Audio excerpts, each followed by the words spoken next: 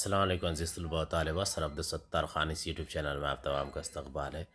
12th arts first test salt paper 2023 sociology HSC salt exam paper question answer test کا پہلا paper ہے۔ سوال number 1 الف درج ذیل متبادل میں سے صحیح متبادل کا انتخاب کر کے جملے دوبارہ لکھیے۔ پہلا ہے بدھ مت خانقاہوں میں راہبوں کو ڈیش کہا جاتا تھا، اس کا صحیح جواب ہے بھکشو۔ دوسرا ہے خصوصی شادی کا قانون اسپیشل میرج ایکٹ ڈیش سال میں پاس ہوا، اس کا صحیح جواب ہے 1954۔ تیسرا ہے ثانوی تعلقات ڈیش برادری میں پائے جاتے ہیں، اس کا صحیح جواب ہے شہری۔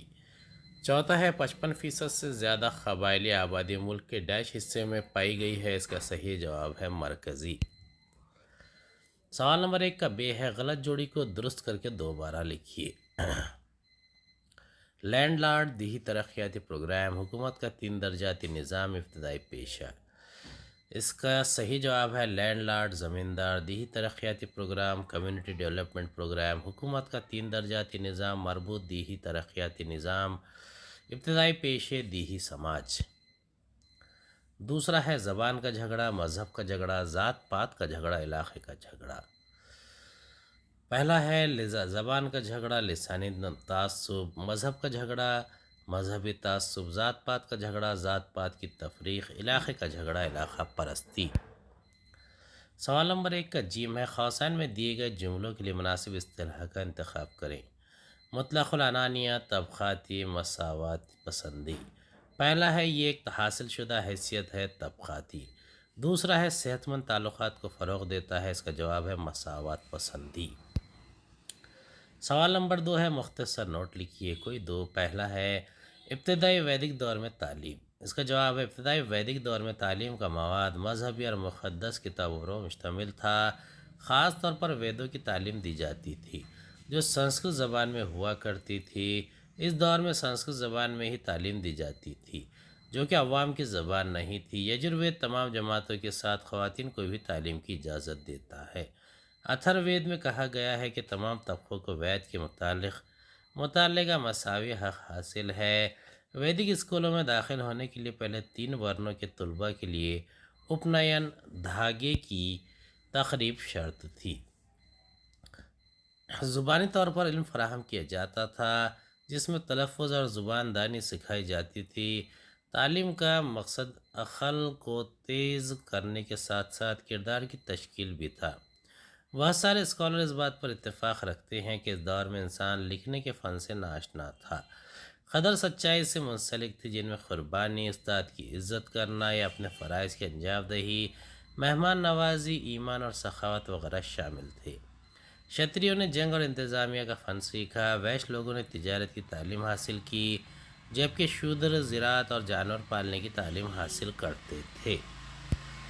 برہمن لوگوں کو اس وقت تک اسکول ہی میں رہنا پڑتا تھا جب تک وہ چاروں ویدوں پر عبور حاصل نہ کر لیں۔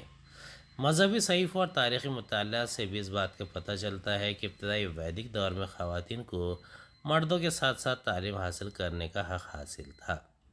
پدر سر اقدار کا نظام اس وقت بھی قائم تھا جو کہ آج تک قائم ہے۔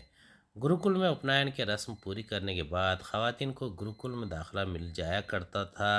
رگ وید تعلیم یافتہ خواتین کو اعلیٰ مقام دیتا ہے۔ اگلا ہے قبائلی سماج کے استحصال کی وجوہات، اس کا جواب ہے درج ذیل کچھ وجوہات ہیں جن کی وجہ سے قبائلی سماج میں مسائل ابھرے ہوں گے۔ پہلا ہے انگریز قبائلی وسائل کا استحصال کرنا چاہتے تھے جو معدنیات اور قدرتی وسائل سے مالا مال تھے۔ دوسرا، مشنریوں نے قبائلیوں کو عیسائی مذہب میں تبدیل کرنے کی کوشش کی جس کی وجہ سے قبائلیوں کی شناخت کا مسئلہ پیدا ہو گیا۔ تیسرا ہے طبی ماہرین، ایجنٹ اور دکانداروں کا قبائلی علاقوں میں داخل ہونے سے قبائلیوں کا روایتی طب کا طریقہ بیگانگی کا شکار ہو گیا کیونکہ قبائلی افراد قدرتی جڑی بوٹیوں سے روایتی طریقے سے علاج کیا کرتے تھے۔ چوتھا ہے قبائلی علاقوں میں مواصلاتی نظام اور نقل و حمل کی وجہ سے بیرونی افراد کو قبائلی علاقوں میں داخلے کا موقع مل گیا۔ پانچواں ہے نئی صنعتوں کی تعمیر کے لیے سڑکیں اور ڈیم بنانے کے لیے قبائلی آبادی کو ان کے روایتی مسکن سے ہٹایا جانا بھی ان کے استحصال کی ایک وجہ ہے۔ سوال نمبر 3 ہے فرق واضح کیجیے۔ علاقہ واریت اور لسانی تعصب علاقہ واریت اپنے علاقے کے تئیں زیادہ وفاداری کا اظہار کرنا علاقہ پرستی کہلاتا ہے۔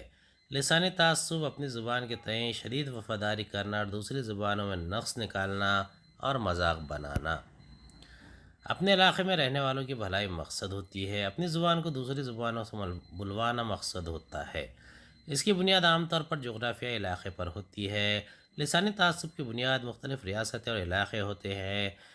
علاقہ واریت سے دو فرقوں میں تنازع پیدا ہوتا ہے۔ لسانی تعصب سے دو فرقوں میں دیگر مذاہب کی زبان کے تعلق سے نفرت پیدا ہو جاتی ہے۔ سوال نمبر 4 ہے، درج ذیل نظریات کو مناسب مثالوں کے ذریعے واضح کیجیے۔ ورن نظام ویدک دور میں ورن کا نظام رائج تھا۔ سماج میں انسان کا رتبہ اور سماجی درجہ بندی ورن نظام پر قائم تھی۔ پیشے کے اعتبار سے اس نظام میں لچک پائی جاتی تھی۔ یہ صرف ویدک دور کے اختتام کی طرف ہی تھا کہ ورن نظام سخت جاتی کے نظام میں تبدیل ہو گیا۔ یہ درجہ بندی طہارت اور آلودگی کی بنیاد پر کی گئی۔ طہارت اور آلودگی کے تصورات کا استعمال روزمرہ کے طریقوں، پانی کی مقدار، کپڑے پہننے کا طریقہ، پیشہ، عبادت، سماجی رابطے اور سفر وغیرہ میں کیا جاتا تھا۔ اس چہار جماعتی درجہ بندی میں برہمن پہلے درجے پر تھا، دوسرے درجے پر شتریہ، تیسرے درجے پر ویش اور آخری درجے پر شودر لوگ تھے۔ پہلے تین درجے والوں نے خود کو اوپری یا اعلیٰ ورن کہنا شروع کیا۔ وہ دوبارہ پیدا ہونے والے دویجا بن گئے تھے کیونکہ وہ ابتدائی تقریب اپنائنا کے حقدار تھے۔ ورن نظام میں برہمن کا کام تعلیم حاصل کرنا، پڑھانا، پجاری بننا تھا۔ انہیں سب سے زیادہ ذہین سمجھا جاتا تھا۔ دوسرے درجے میں شتریہ لوگ شامل تھے۔ یہ حکمراں اور جنگجو لوگ تھے۔ ان کا کام ریاست کی حفاظت کرنا ہوتا تھا۔ تیسرے درجے میں ویشیہ لوگ شامل تھے۔ یہ دکاندار، تاجر اور کسان لوگوں کا گروہ تھا، جبکہ آخری درجے میں شودر لوگوں کو رکھا گیا تھا۔ انہیں تعلیم حاصل کرنے کا کوئی حق حاصل نہیں تھا۔ ان کا کام صاف صفائی کرنا تھا۔ ان کے سماج میں کوئی عزت نہیں تھی۔ اوپری تین درجے والے شودروں کو حقارت کی نظر سے دیکھا کرتے تھے۔ سماجی قوانین سماج میں نظم و ضبط قائم رکھنے کے لیے بنائے جاتے ہیں۔ سماجی قوانین کی مدد سے سماج میں مطلوبہ سماجی تبدیلی، سماجی فلاح و بہبود، سماجی انصاف کے ساتھ ساتھ سماج میں کمزور طبقات کو یکساں مواقع فراہم کرنا ہے۔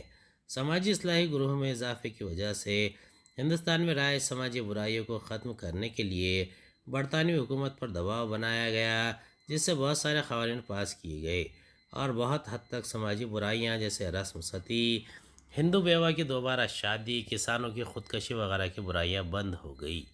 یہاں یہ بات واضح کرنا ضروری ہے کہ قوانین بذات خود سماج کو نہیں بدل سکتے، لیکن وہ ان لوگوں کو امید فراہم کرتے ہیں جو سماج میں ناانصافی، ظلم و جبر، استحصال اور زیادتی کا شکار ہوئے ہوں۔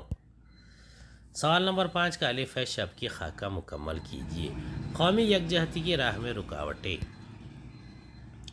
قومی یکجہتی کی راہ میں رکاوٹیں: دہشت گردی، مذہبی تعصب، لسانی تعصب، علاقائی تعصب۔ دوسرا ہے، شہری سماج میں مزدوروں کی تقسیم پیچیدہ ہے۔ یہ بیان صحیح ہے۔ شہری سماج میں تعلیم اور قابلیت کی بنیاد پر روزگار ملتا ہے۔ یہ تقسیم منظم شعبے اور غیر منظم شعبوں کی بنیاد پر کی جاتی ہے۔ منظم شعبوں میں لائسنس یافتہ ادارے شامل ہوتے ہیں۔ اس میں فیکٹریاں، شاپنگ مال، ہوٹل اور بڑے کاروباری ادارے شامل ہوتے ہیں۔ غیر منظم شعبے میں خود کا کاروبار شامل ہوتا ہے، جیسے دکانیں، دستکاری سے جڑے مزدور، دیہی تاجر اور کسان وغیرہ۔ روزگار حاصل کرنے کے لیے مختلف تربیتی ادارے ہر شعبوں میں قائم کیے گئے ہیں۔ مثلاً میڈیکل کے میدان میں خاصی مہارتوں والے کورسز شروع کیے گئے ہیں، جیسے میڈیکل دکاندار یا ڈاکٹر، دل کے امراض کے ڈاکٹر، کان، ناک، گلا کے امراض کے ڈاکٹر، ہڈیوں کے ڈاکٹر، سرجری کرنے والے اور سرجری نہ کرنے والے ڈاکٹر۔ اس طرح سے پیشوں کی تقسیم کورسز اور قابلیت کی بنیاد پر کی گئی ہے۔ جہاں تک مزدوری کی بات ہے، صنعتوں میں مزدوری سے مختلف قسم کے کام لیے جاتے ہیں۔ مثلاً کار بنانے والی کمپنی میں ہزاروں مزدور کام کرتے ہیں، لیکن ہر مزدور کا کام ایک دوسرے سے مختلف ہوتا ہے۔ مخصوص کام کا مخصوص وقت میں پورا کرنا مزدوروں سے اس طرح کی امید کی جاتی ہے۔ امید ہے آپ کو ہمارا ویڈیو پسند آیا ہوگا۔ اگلے ویڈیو میں دوبارہ ملاقات ہوگی۔ خدا حافظ۔